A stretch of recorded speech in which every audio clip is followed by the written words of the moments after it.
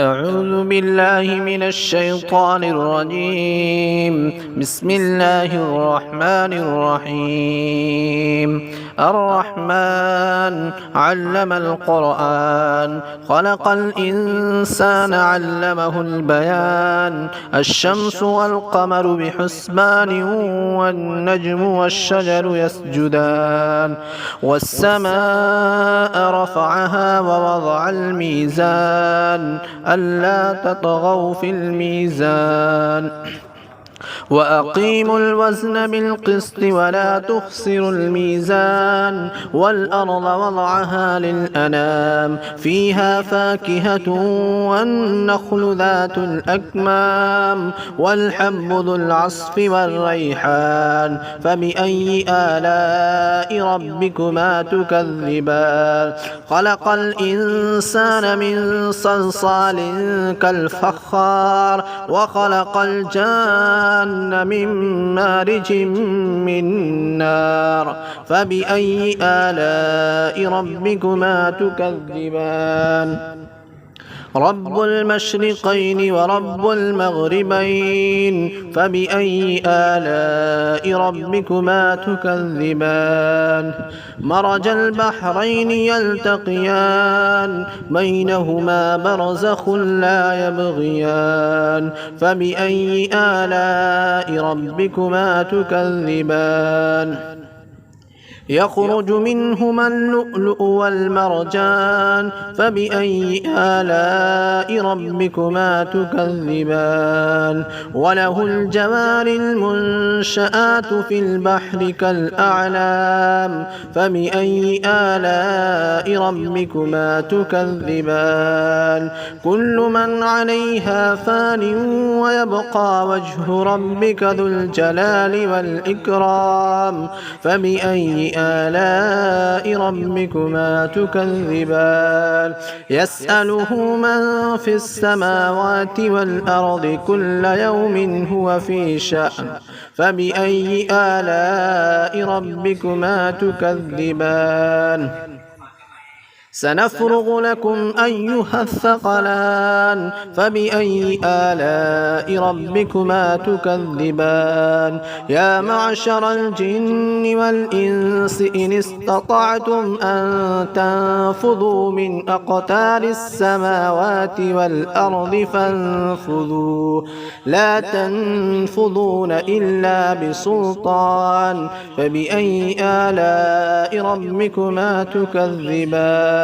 يرسل عليكما شواظ من نار ونحاس فلا تنتصران. فبأي آلاء ربكما تكذبان؟ فإذا انشقت السماء فكانت وردة كالدهان. فبأي آلاء ربكما تكذبان؟ فيومئذ لا يسأل عن ذنبه إنس ولا جان. فبأي آلاء ربكما تكذبان؟ يعرف المجرمون بسيماهم فيؤخذ بالنواصي والأقدام. فبأي آلاء ربكما تكذبان؟ هذه جهنم التي يكذب بها المجرمون، يطوفون بينها وبين حميم آن. فبأي آلاء ربكما تكذبان؟ ولمن خاف مقام ربه جنتان. فبأي آلاء ربكما تكذبان؟ ذواتا أفنان. فبأي آلاء ربكما تكذبان؟ فيهما عينان تجريان. فبأي آلاء ربكما تكذبان؟ فيهما من كل فاكهة زوجان. فبأي آلاء ربكما تكذبان؟ متكئين على فرش بطائنها من استبرق وجنى الجنتين دان فبأي آلاء ربكما تكذبان فيهن قاصرات الطرف لم يطمثهن إنس قبلهم ولا جان فبأي آلاء ربكما تكذبان كأنهن الياقوت والمرجان فبأي آلاء ربكما تكذبان هل جزاء الإحسان إلا الإحسان فبأي آلاء ربكما تكذبان ومن دونهما جنتان فبأي آلاء ربكما تكذبان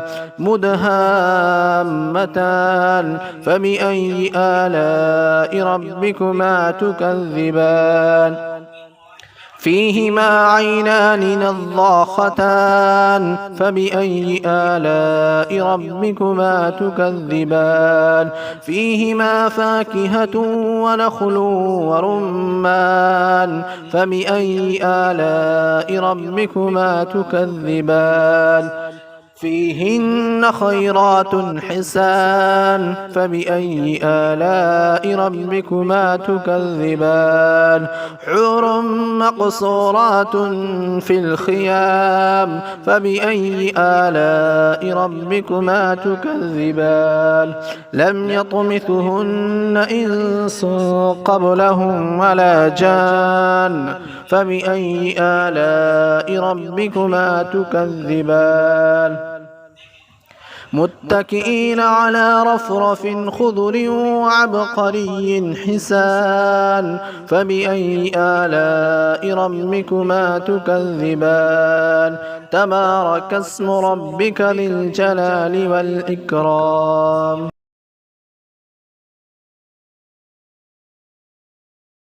بسم الله الرحمن الرحيم الحمد لله الذي أنزل على عبده الكتاب ولم يجعل له عوجا قيما لينذر بأسا شديدا من لدنه ويبشر المؤمنين الذين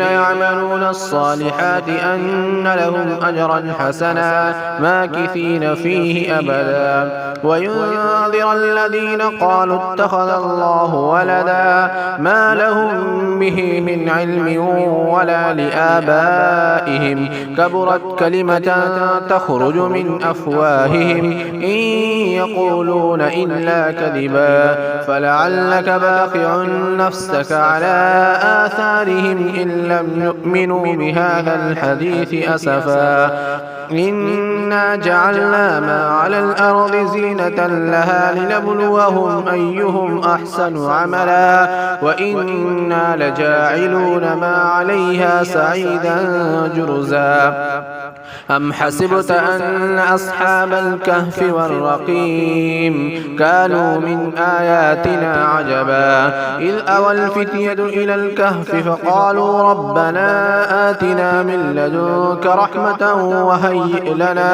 وهيئ لنا من أمرنا رشدا فضربنا على آذانهم في الكهف سنين عددا ثم بعثناهم لنعلم أي الحزبين أحصى لما لبثوا أمدا نحن نقص عليك نبأهم بالحق إنهم فتية آمنوا بربهم وزدناهم هدى وربطنا على قلوبهم إذ قاموا فقالوا ربنا رب السماوات والأرض لن ندعو من دونه إلها لقد قلنا إذا شططا هؤلاء قومنا اتخذوا من دونه آلهة لولا يأتون يأتون عليهم بسلطان بين فمن أظلم ممن افترى على الله كذبا وإذ اعتزلتموهم وما يعبدون إلا الله فأووا إلى الكهف ينشر لكم ربكم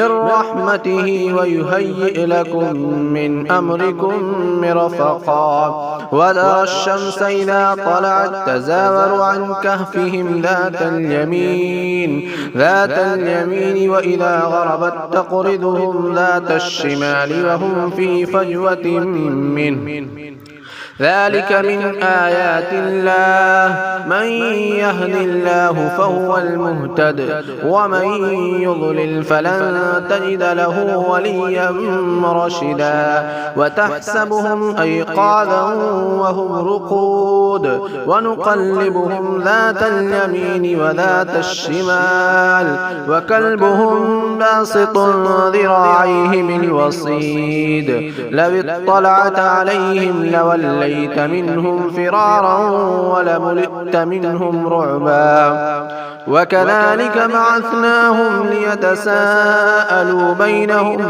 قال قائل منهم كم لبثتم قالوا لبثنا يوما أو بعد يوم قالوا ربكم أعلم بما لبثتم فابعثوا أحدكم بورقكم هذه إلى المدينة فلينظر أيها أزكى طعاما فليأتكم برزق منه وليتلطف ولا يشعرن بكم أحدا إنهم إن يظهروا عليكم يرجوكم أو يعيدوكم في ملتهم ولن تفلحوا إذا أبدا وكذلك أعثرنا عليهم ليعلموا أن وعد الله حق وأن الساعة لا ريب فيها إذ يتنازعون بينهم أمرهم فقالوا بنوا عليهم بنيانا ربهم أعلم بهم قال الذين غلبوا على أمرهم لنتخذن عليهم مسجدا سيقولون ثلاثة رابعهم كلبهم ويقولون خمسة سادسهم كلبهم رجما بالغيب ويقولون سبعة وثامنهم كلبهم قل ربي أعلم بعدتهم ما يعلمهم إلا قليل فلا تمار فيهم إلا مراء ظاهرا ولا تستفت فيهم منهم أحدا ولا تقولن لشيء إني فاعل ذلك غدا إلا أن يشاء الله واذكر ربك إذا نسيت وقل عسى أن يهديني ربي لأقرب من هذا رشدا ولبثوا في كهفهم 300 سنين وازدادوا 9 قل الله أعلم بما لبثوا له غيب السماوات والأرض أبصر به وأسمع ما لهم من دونه من ولي ولا يشرك في حكمه أحدا واتل ما أوحي إليك من كتاب ربك لا مبدل لكلماته ولن تجد من دونه ملتحدا واصبر نفسك مع الذين يدعون ربهم بالغداة والعشي يريدون وجهه ولا تعد عيناك عنهم تريد زينة الحياة الدنيا ولا تطع من أغفلنا قلبه عن ذكرنا واتبع هواه وكان أمره فرطا فقل الحق من ربكم فمن شاء فليؤمن ومن شاء فليكفر إنا أعتدنا للظالمين نارا أحاط بهم سرادقها وإن يستغيثوا يغاثوا بماء كالمهل يشوي الوجوه بئس الشراب وساءت مرتفقا إن الذين آمنوا وعملوا الصالحات إنا لا نضيع أجر من أحسن عملا أولئك لهم جنات عدن تجري من تحتهم الأنهار يحلون فيها من أساور من ذهب ويلبسون ثيابا خضرا من سندس واستبرق متكئين فيها على الأرائك نعم الثواب وحسنت مرتفقا وضرب لهم مثل الرجلين جعلنا لأحدهما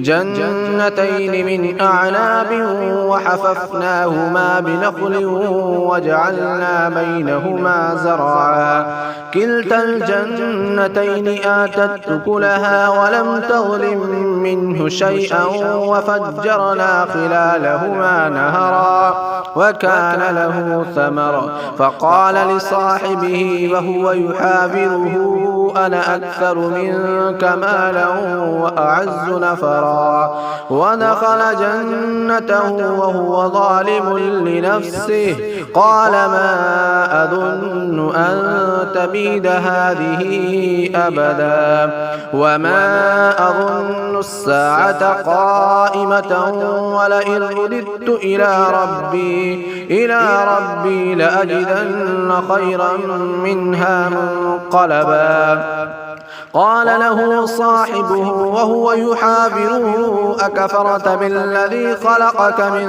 تراب ثم من نطفة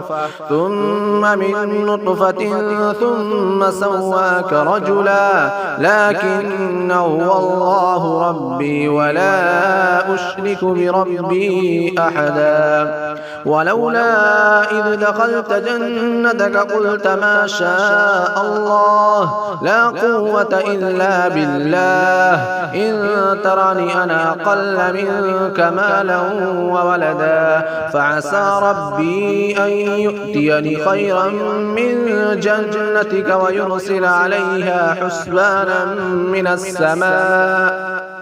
من السماء فتصبح صعيدا زلقا أو يصبح ماؤها غورا فلن تستطيع له طلبا وأحيط بثمره فأصبح يقلب كفيه على ما أنفق فيها وهي خاوية على عروشها ويقول يا ليتني لم أشرك بربي أحدا ولم تكن له فئة ينصرونه من دون الله وما كان منتصرا هنالك الولاية لله الحق هو خير ثوابا وخير عقبا وضرب لهم مثل الحياة الدنيا كماء